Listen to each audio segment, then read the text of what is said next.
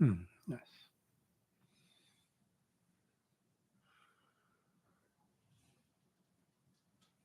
Are we rolling? Great.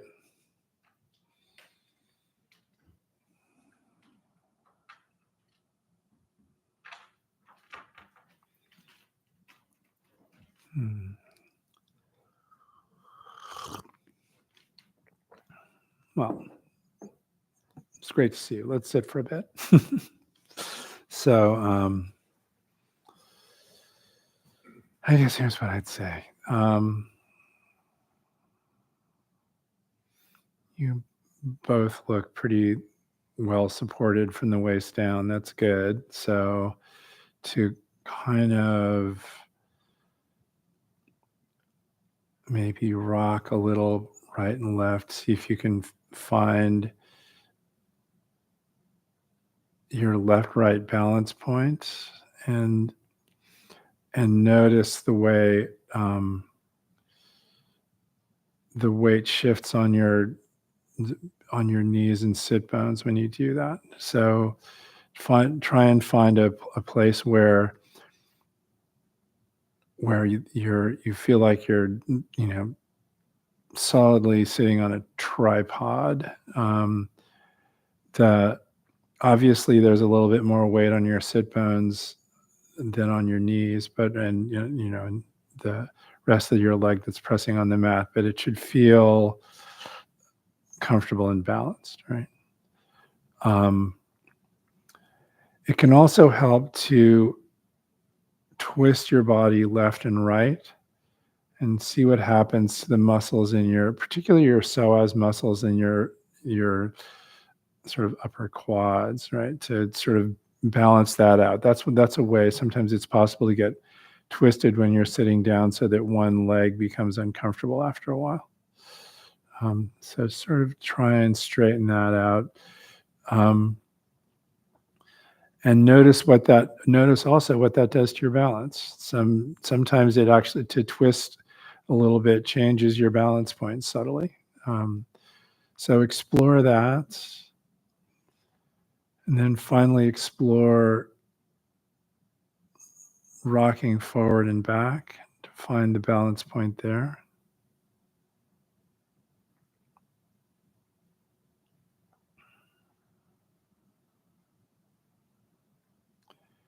And similarly, exploring the function of your pelvic tilt. So when you tilt your pelvis forward, something happens. Eventually, if you do it too far, you start feeling a squinch in your lower back. If you tilt your pelvis back, after a while, it starts pulling on your quads, right? So somewhere in the middle there's a place where it's balanced and where the engagement of both your stomach muscles and the muscles in your lower back feels comfortable and balanced.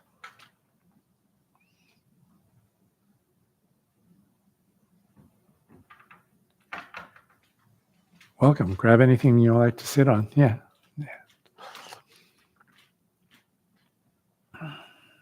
So having, completely straightened out and balanced your lower body, now it's time for, the rest of it. Right? So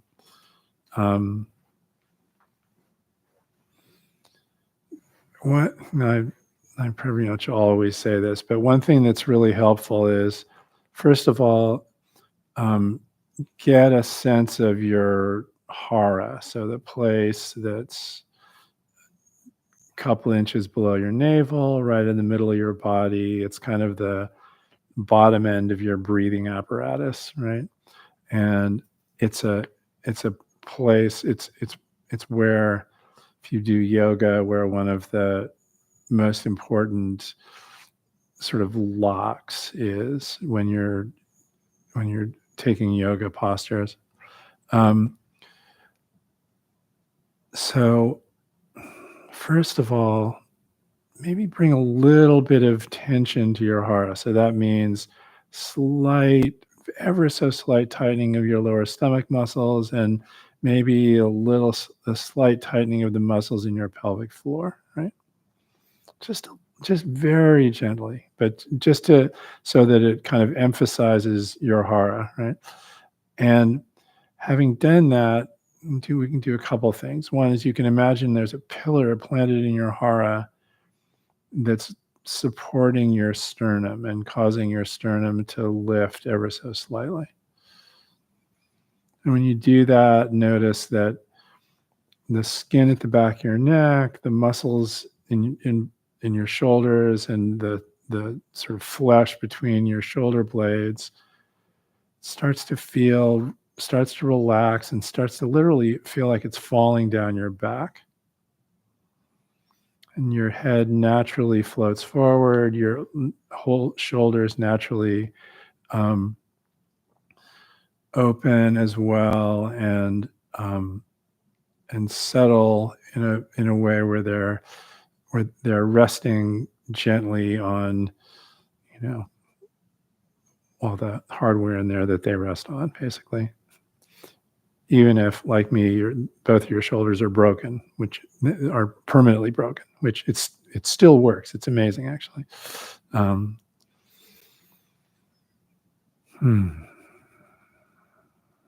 So allow your head to float up and back. Crown of your head pointing towards the ceiling.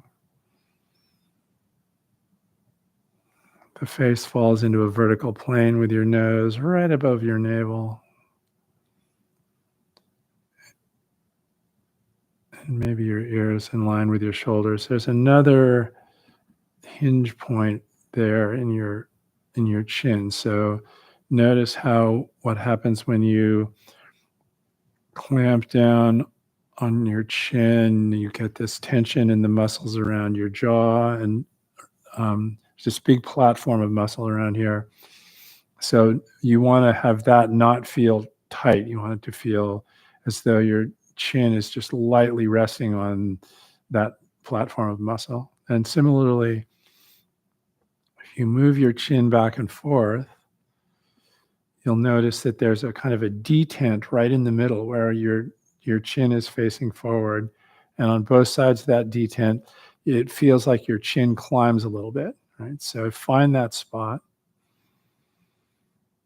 And all of these things are these kind of postural hints. They're tuned for our own bodies. It doesn't mean that anything is absolutely straight, right? It just means that given the way our bodies have grown up and changed and adapted to living, they're as close as possible to being comfortable, and the goal for the posture is kind of like simultaneously relaxed and energized. So then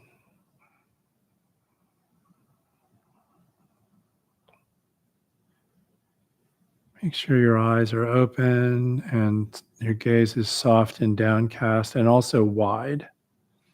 So taking in the periphery, taking in the light, not looking at it, just taking it in. And notice what that gesture with your eyes does to your mental state.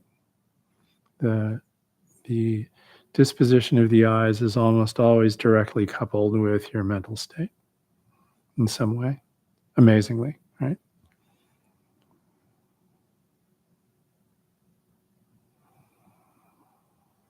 And bring your attention back to your hara, and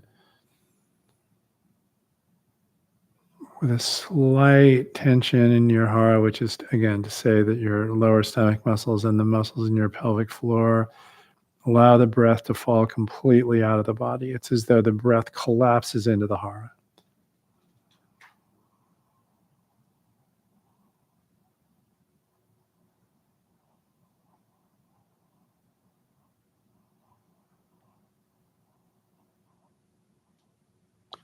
Then when you're breathed all the way out, pause, and then allow the breath, when your diaphragm says so, allow the breath to flood in that point, you can release all the tension in your heart if you like, but just keep your eye down there, right?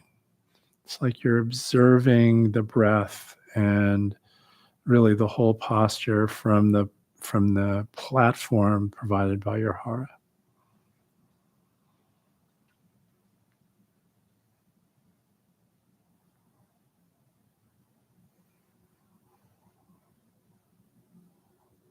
Note the way this hand posture, left palm on top of right palm, fingers bent around in a circle, placed right here, emphasizes the hara and the focus on the breath.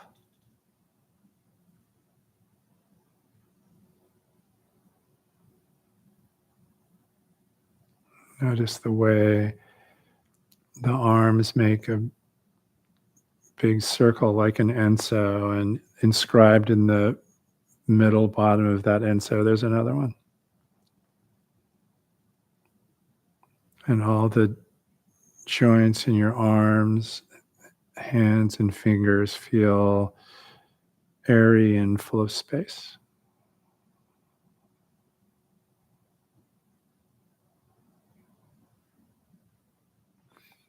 There's a sweet spot to the hand posture where if it's kind of at the right height, there it feels like it's almost no effort to keep your hands there. And in that moment, the space between your hands appears to warm up. It's like all of a sudden everything is flowing properly.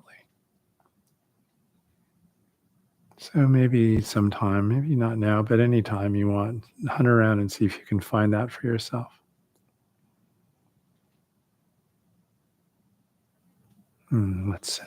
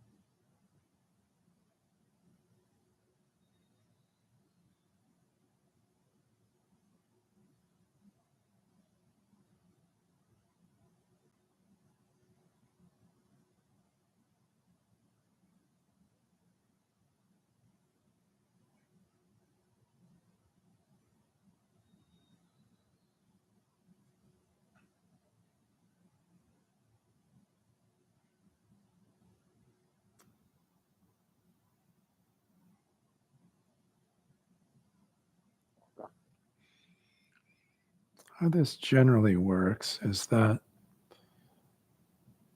some of the time we're in a state of broad, unloaded, receptive attention that naturally gives way to focused attention on the sensations that are arising in the body, coming in through our sensorium, like bird sound, the sound of the air conditioning, the play of the light, and our other senses, although those are a little harder to access in this position.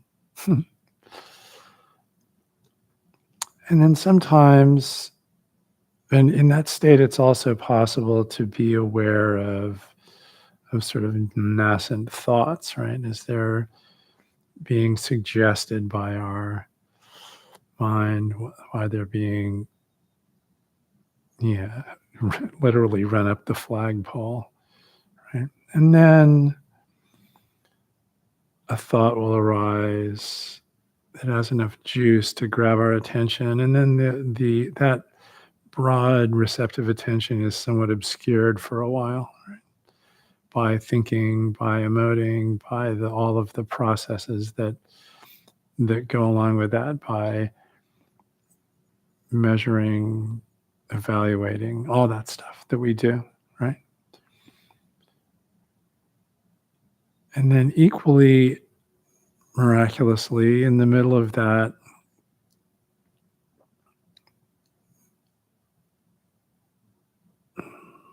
that other mode invites us to pay attention. And sometimes we ignore the invitation, and sometimes we take it.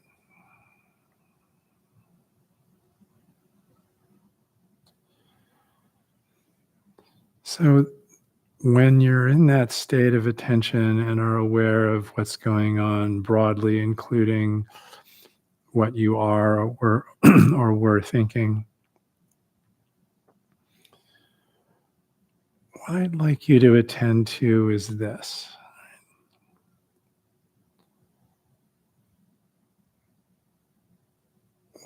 What is it that you're trying to make happen right now? Or anything? Nothing? If you can get a sense of what your intention is for this, here we are all sitting together in this kind of peculiar posture. What did you have in mind?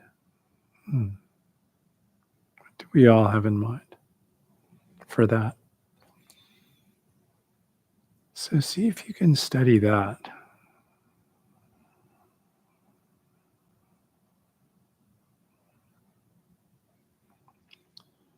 Sometimes some people find themselves asking, wait, am I doing this right? Or, what does it mean that my knee feels slightly twitchy? All of that stuff. Right? Just to notice it, just to, when you're aware of it, bring your awareness to it, and don't try and squish it or send it away. Just interrogate it. Right? What is it? What is that about? And then see what happens when you do that.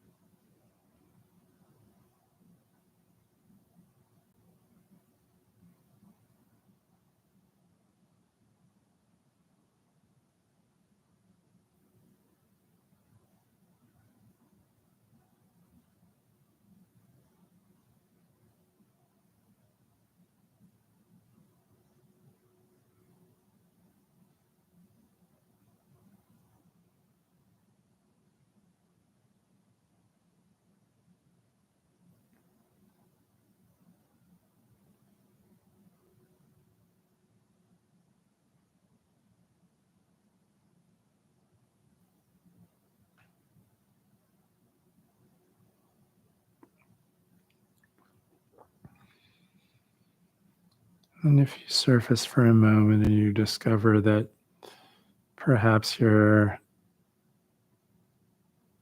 been unusually tangled up in thought, or that there's some distraction standing in your way, it can help to reconnect with the breath. So to maybe 3 to 5 times perform this really sort of concerted out breath.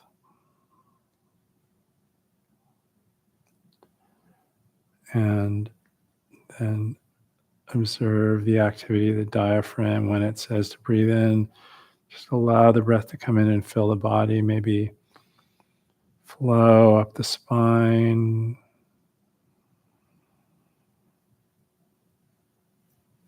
Fill your nostrils. And then fall down the front of the body into the hara. So just do a few of those to sort of bring your attention back to the embodied experience of being present.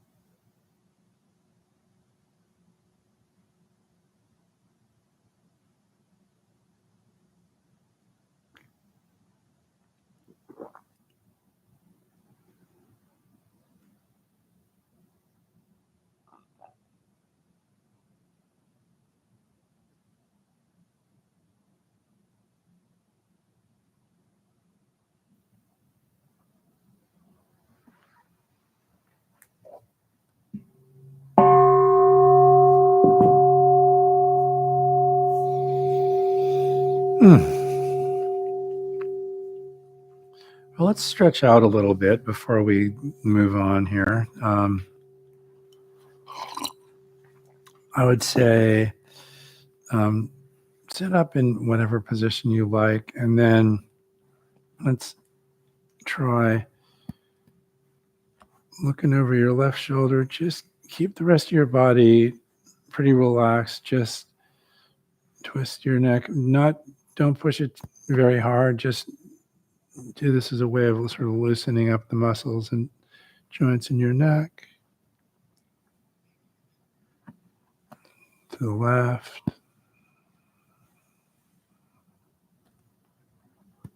To the right.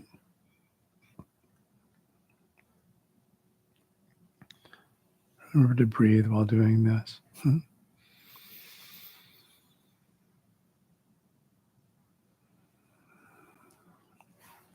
And then to get another twist,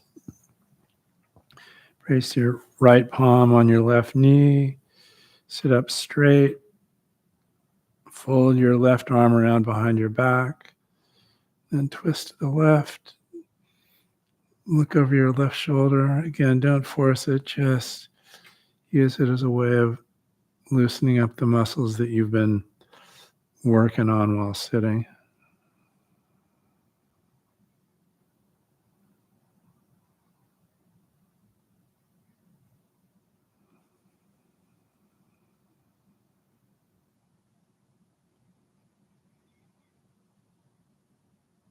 And then the other side, left palm on the right knee, right arm around behind the back, twist to your right.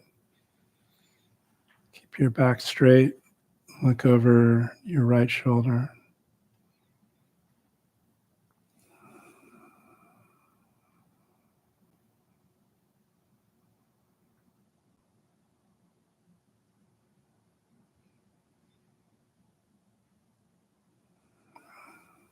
Make sure you release the tension in your thighs as much as possible when you're doing this. So they just sort of lie flat. All right, come over to the middle, and then a couple of things. Maybe put your hands down and then stretch out over your right knee. Again, back straight, head pointing towards the wall ahead of you there.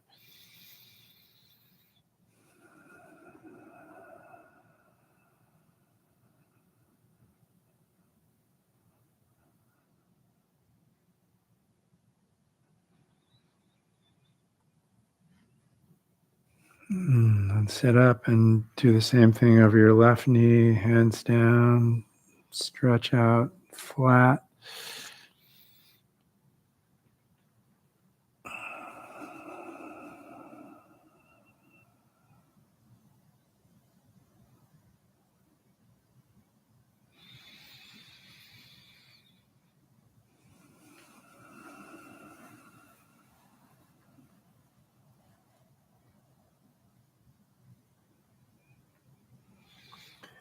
Up, and then one more thing. So lock your hands behind your back. So join them kind of like this, but behind your back. Straighten your back, lean forward, and then bend forward. Don't even have to go particularly far. And reach up with your hands.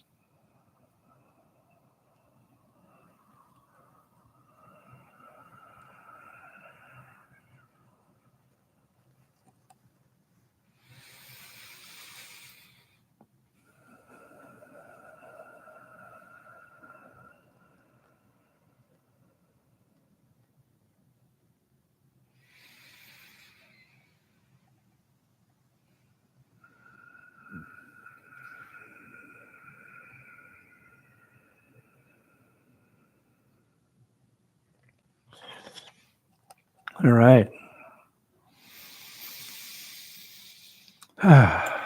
Well, I said a bunch of stuff. Not all of you heard all of it, but it's okay.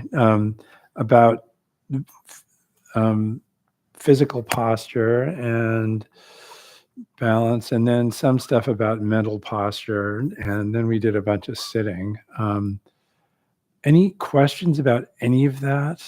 And also observations, comments about your own, inner and outer posture, what it's like for you to sit, any, like I said, questions or comments or, complaints or anything. Anything?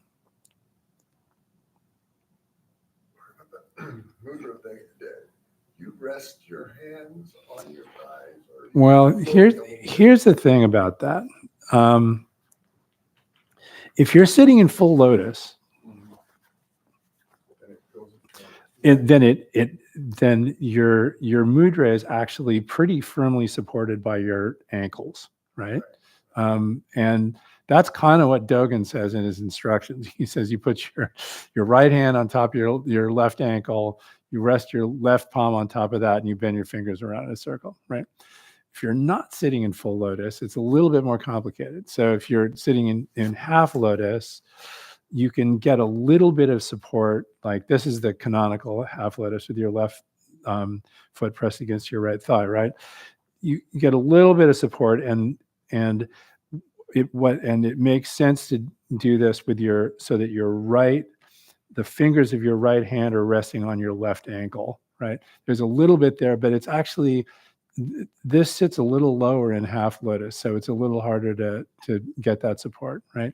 And then, and if you're in like Burmese or something like that, there's no way. It's just, you just have to hold them up. The thing is that, and like I was saying when we were starting out, there is a sweet spot on this where the supporting of your mudra feels pretty effortless, actually, right? So, and just to find it, I mean, I find that for me, that sweet spot is with my thumb tips very, very like incrementally above my navel and everything else hanging down, basically. But I think probably everybody's body is slightly different. So it's worth exploring, I would say. And then here's the other thing.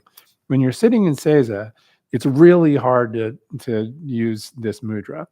And martial arts people use a different mudra when they're sitting in Seiza. And I'll show you what it looks like. So you're sitting, I'll just sit regular Seiza without a cushion, but you're sitting Seiza, right? What they say is you put your your right thumb inside your left palm, wrap your left thumb around it, fold that over like this, and place that here. And the reason why that's good is it sits a little higher, and it rests when you're sitting in Seiza. It often rests against your thighs a little bit, which is nice. Yeah. And so that's another mudra you can use, and it works pretty well, actually. And the guy that I learned this from was really a character. He was a kind of kendo master and Rinzai Zen teacher, and he got invited to give a workshop on hara development at Zen Center, and it was about 3 weeks of just going in and doing these hara exercises, which were great. Like we would do the breathing I was talking about, but there are all these gestures with it. So on the in breath, you go, and on the out breath, you go.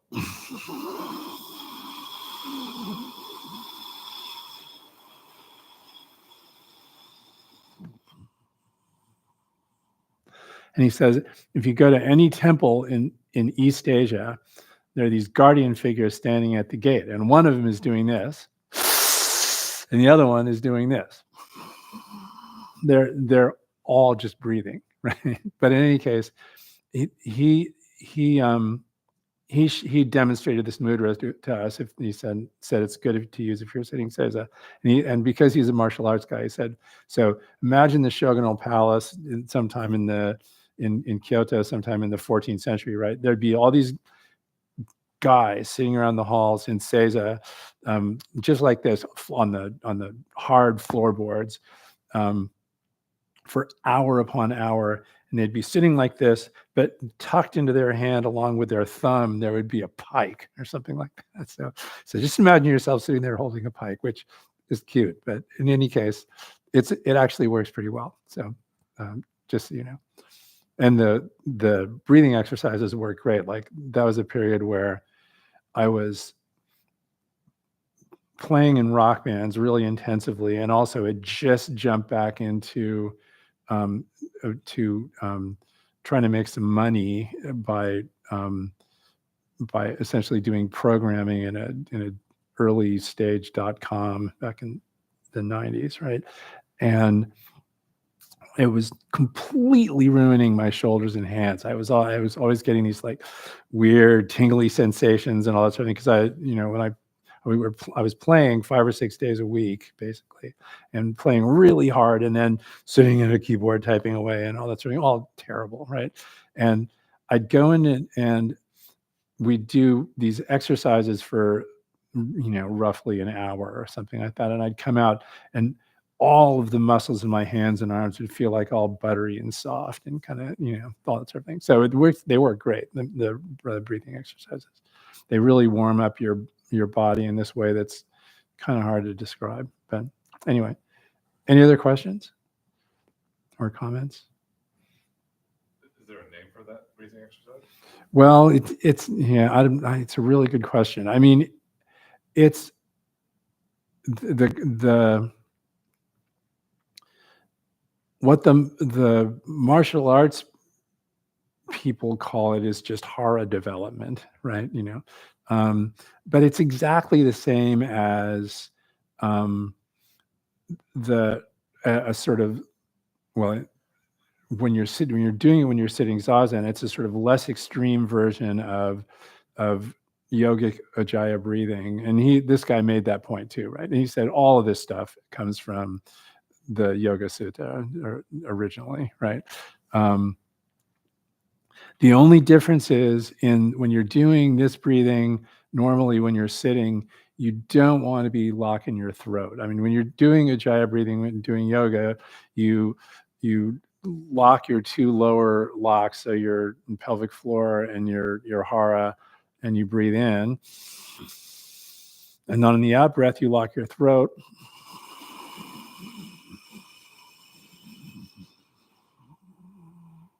You breathe out. If you do that while you're sitting zazen for 40 minutes, you're going to totally wear out your throat. So you don't do that. You want to keep your throat really open and soft so that the breath passes freely through it. And the same with your sinuses. You want to focus on keeping them open as well, because otherwise it gets more difficult. Anyway, something like that.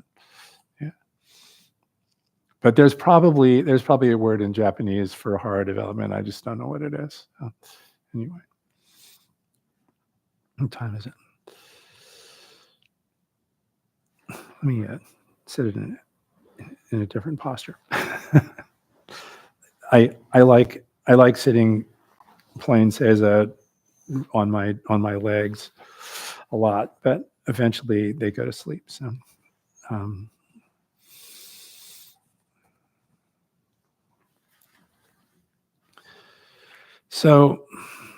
and here's the other thing. I just switched, so I'm sitting reverse half lotus, right? When you sit reverse half lotus, you want to put your left palm down first, right? Because that feels better. What it does is you literally feel this sort of energetic circuit that goes like this, up this leg, up your left arm, down your right arm, and here, right? So all that aside, they say that a monk asked German, so what is it when a lotus flower hasn't emerged from the water yet? And German says, it's a lotus flower. and then the monk says, okay, well, what about after it emerges from the water? And German says, well, lotus leaves.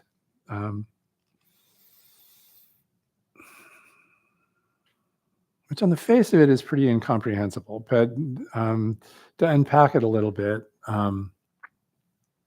there's in the commentaries on it, they mention another case where a different teacher, a kind of Ling Yun, I think. A monk asked him, well, what about before the Buddha came into the world? And Ling Yun just holds up his whisk, right? And then he says, okay, what about after? And Ling Yun holds up his whisk, right? So that's one way of looking at it, right? It's like there's a comment on that by another famous Zen teacher where he says, look, from the very beginning, it's been like this. It's just one thing, right? There's no good or bad. There's no winning or losing, etc. Right? So that's true. That's true for before and after the advent of Buddhism, right? But also it's true in each of our lives as practitioners, right? It's like if you it kind of comes down to the function and origin of Mahayana Buddhism, right? I mean, there's this problem with practice, and various people pointed out, including Suzuki Roshi, the founder of San Francisco Zen Center. He points it out in the preface to his famous book, right? He says, look, there's this idea that this kind of practice is difficult. I've probably already talked about this in here, but nobody really tends to know why it's difficult. Well, I'll tell you why it's difficult. It's not difficult because it's hard to sit zazen. Everyone can figure out a position in which to sit zazen. You can even sit zazen lying down.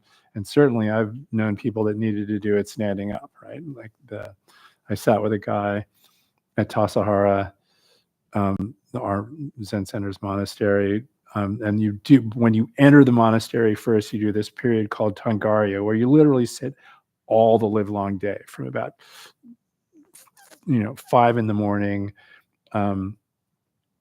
Till 9 at night, and you have these very short breaks after meals, and the rest of the time you're sitting there in zazen posture, either just sitting or they bring you food and you turn around and you eat it, and then you take a short break, and then you go back to sitting. And of course, they let you get up and take a pee. So what happens is somebody needs to use the bathroom, and everybody is like, "Oh, I'll get up too," and everyone troops out, right, and then troops back in. But in any case, it's a lot, right? And so you're sitting 3 and 4 hours at a time, and this guy that sat next to me was determined to sit still for the entire time, and in spite of the fact that his legs were falling asleep, and by the end of the 5 days, he had kind of shot his sciatic nerves, and he needed to sit standing up for the entire rest of the practice period. So for months afterwards, right?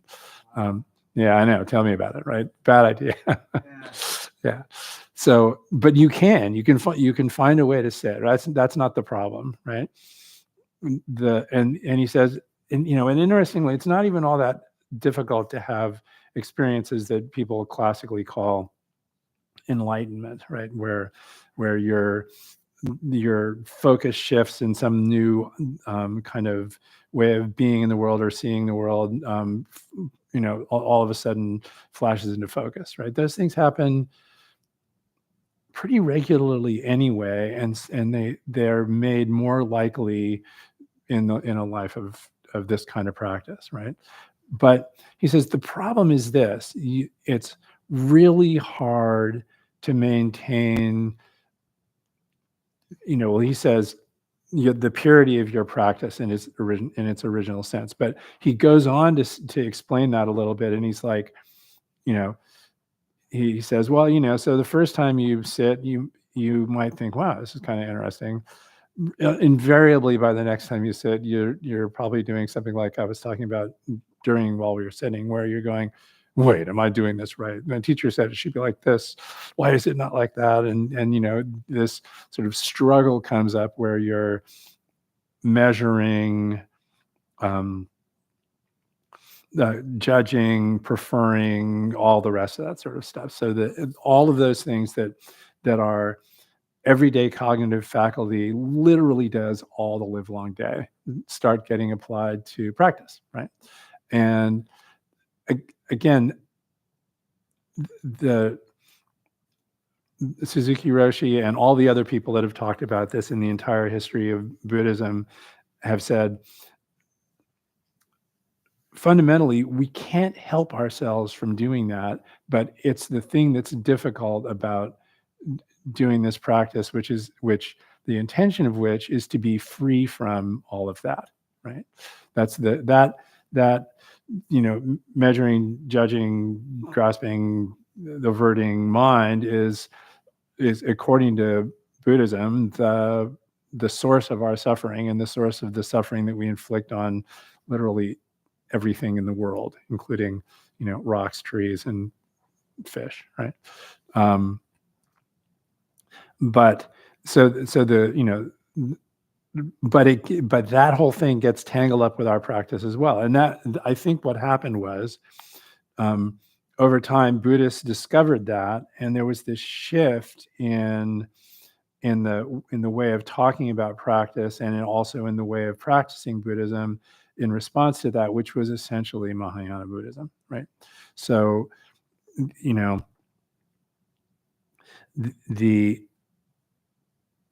the whole question comes down to, one, why would anyone do this? So I was talking about what it's like to be in a monastery, right? So why would anybody go through Tangarya, where you're sitting from 5 a.m. till 9 p.m. in 3 and 4 hour blocks, right? And eating.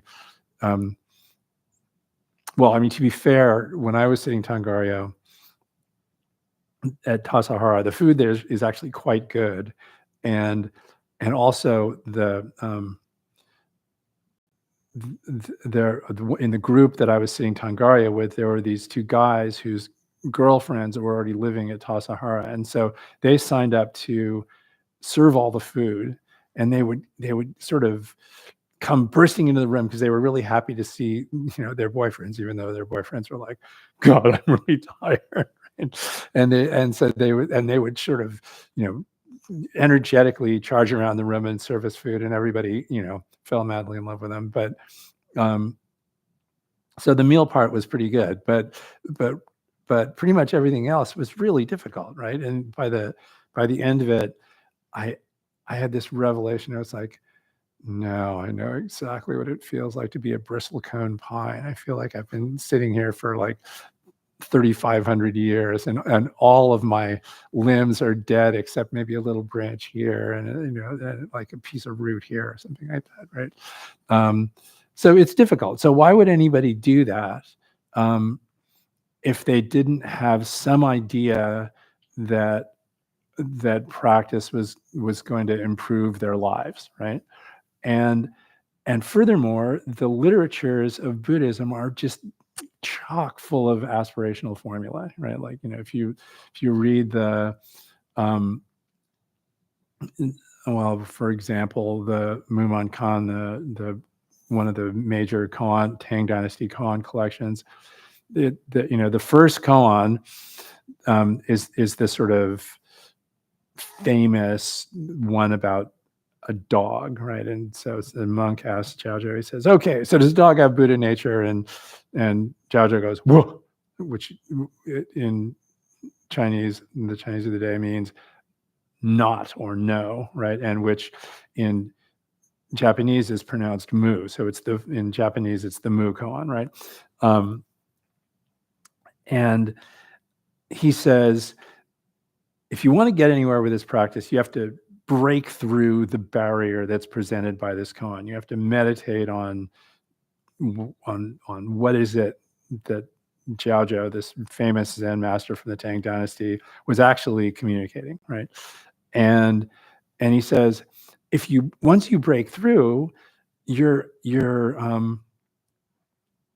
it's like you're walking along with Jiaozhou arm in arm and seeing things through his eyes. Who wouldn't want to be like that? So all you got to do is really practice hard. And he says you got to make the koan like a like a red hot iron ball that you're trying to swallow, and you can either swallow it down or cough it up, right? Really kind of a nasty metaphor, right? So but the aspirational formula he injects into the document is that you can see through Zhaozhou's eyes, and he has this there's this metaphor of like locking eyebrows, right, and stuff like that. I mean, pretty intense stuff. So why would anybody do this stuff without a certain dose of spiritual ambition, basically? But also, it's pretty clear that the judging, measuring, categorizing, and all the rest of that sort of stuff that arises out of spiritual ambition. Am I seeing through Zhaozhou's eyes yet? No, I am not. Right? Is a barrier. It can become an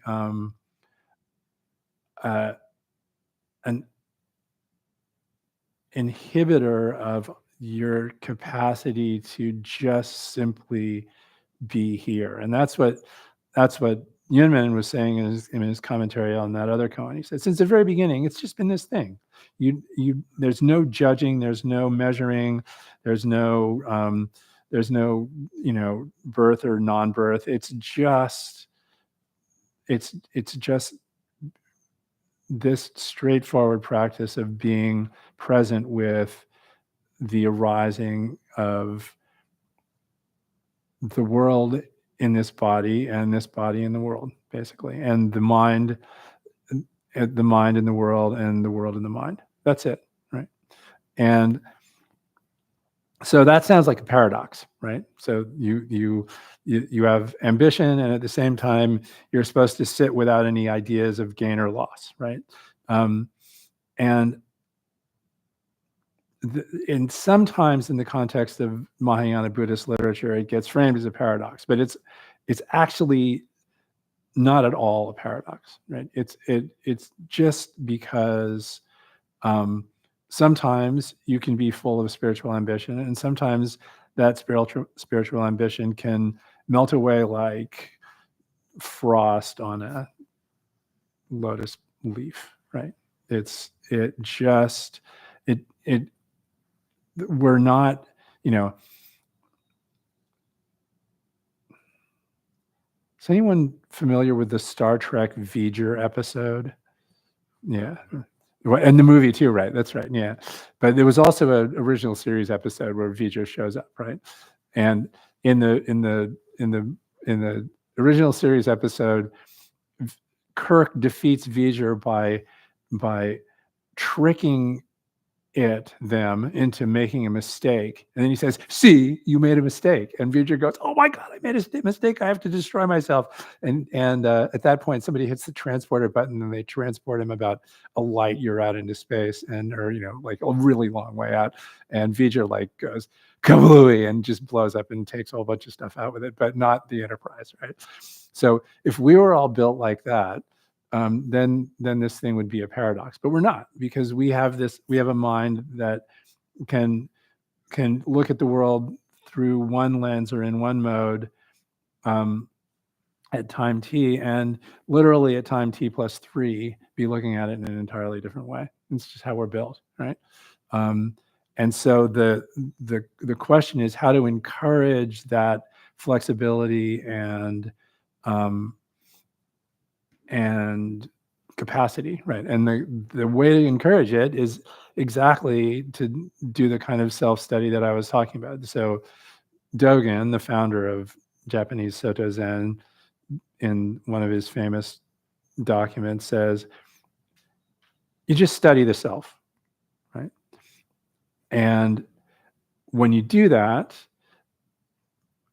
sometimes the self, as we usually understand it and constitute it, disappears. And when that happens, every encounter with anything is an opportunity to wake up, basically. And then he says that awakening leaves no trace whatsoever, and that no trace lasts to the end of time, basically. he was a guy who was way into hyperbolic language, but he kind of means it basically. And so that's what Zazen is for, is that particular kind of self-study. And sometimes it's easy to do, and sometimes it's hard to do, but it's pretty much always worthwhile. And the request is to keep bringing the attention, as we're doing while we were sitting, bringing the attention back to the present moment whenever the opportunity occurs, and bringing as little judgment, calculation, and self-narration into that encounter as possible, right? And then watch what happens, basically. And I guess I could say one more thing about that. So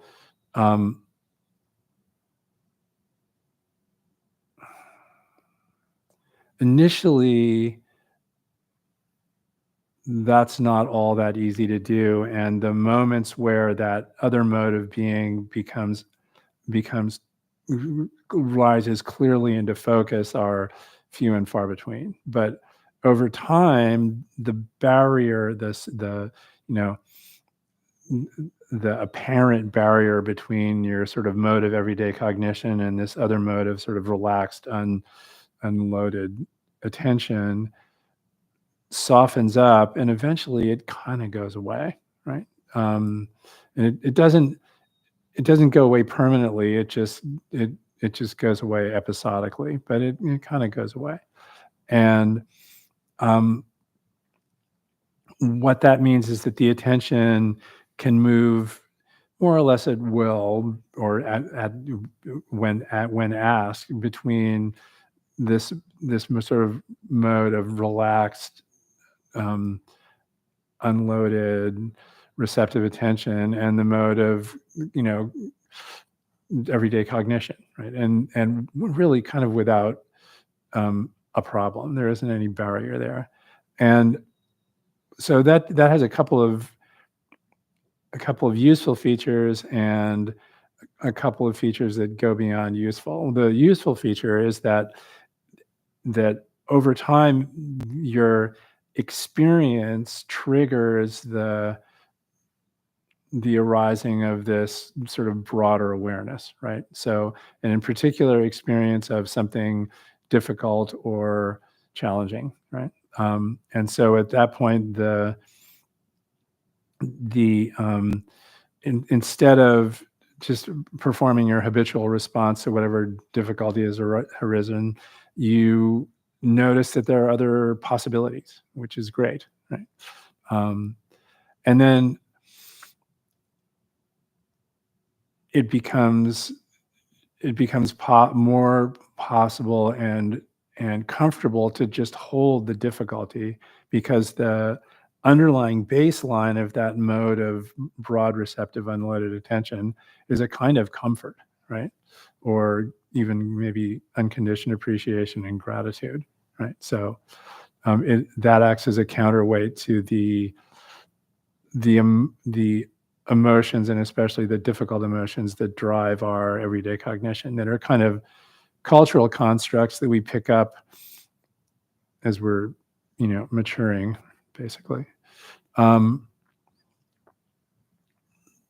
So there's that. And then beyond either of those quite useful functions of it, it invites experiences that literally turn your body inside out, right? That are surprising and startling and often delightful, right? So anyway,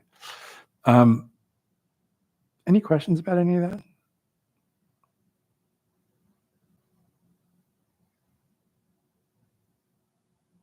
Well, good. What time is it? So let's sit for another 10 minutes and then call it a night, shall we? That's great. Thank you.